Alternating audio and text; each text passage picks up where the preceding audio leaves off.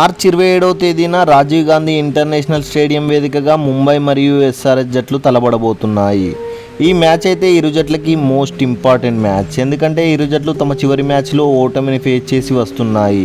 So ఈ మ్యాచ్లో ఇరు జట్లు గెలిపే లక్ష్యంగా బరిలోకి రానున్నాయి. అండ్ ఇరు జట్లు తమ చివరి మ్యాచ్లో పోరాడి ఓడినప్పటికీ చాలా బలంగా కనిపిస్తున్నాయి. సో దీంతో మనమైతే ఇరు జట్ల మధ్య హై వోల్టేజ్ మ్యాచ్ని ఎక్స్పెక్ట్ చేయవచ్చు.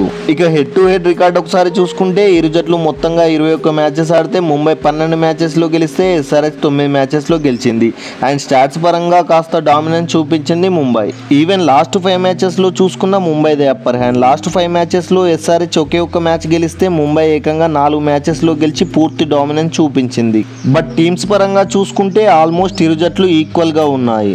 ఇక ఈ మ్యాచ్ జరగబోయే రాజీవ్ గాంధీ ఇంటర్నేషనల్ స్టేడియం యొక్క పిచ్ రిపోర్ట్ చూసుకుంటే ఈ pitch batting friendly wicket and ఈ పిచ్లో స్ట్రోక్ మేకింగ్ ఈజీ అవ్వనుంది.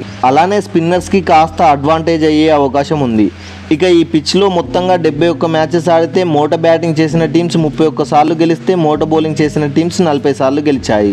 అండ్ ఈ పిచ్ హైయెస్ట్ స్కోర్ వచ్చేసి 231 పరుగులు, అలానే లోయెస్ట్ స్కోర్ వచ్చేసి 80 పరుగులు అండ్ ఈ పిచ్ యావరేజ్ స్కోర్ వచ్చేసి 159 పరుగులు. ఈ స్టాట్స్ బట్టి చూసుకుంటే టాస్ గెలిచిన కెప్టెన్ బౌలింగ్ తీసుకునే అవకాశం ఉంది. ఇక టీమ్స్ విషయానికి వస్తే ఎస్ఆర్హెచ్ ఈ మ్యాచ్కి ఒకే ఒక్క చేంజ్ చేసే అవకాశం ఉంది. జాన్సన్ ప్లేస్ని రీప్లేస్ చేస్తూ ట్రావిస్ హెడ్ ప్లేయింగ్ 11లోకి రానున్నాడు. ముంబై విషయానికి వస్తే ముంబై ఆల్సో ఒకే ఒక చేంజ్ చేసే అవకాశం ఉంది.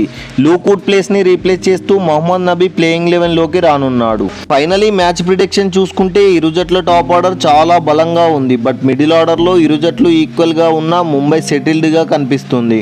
ఈవెన్ బౌలింగ్లో చూసుకున్న ఎస్ఆర్హెచ్తో కంపేర్ చేస్తే ముంబైకి కాస్త ఎడ్జ్ ఉంది. సో నా అంచనా ప్రకారం ఈ మ్యాచ్లో ముంబై ఇండియన్స్ గెలిచే అవకాశం ఉంది.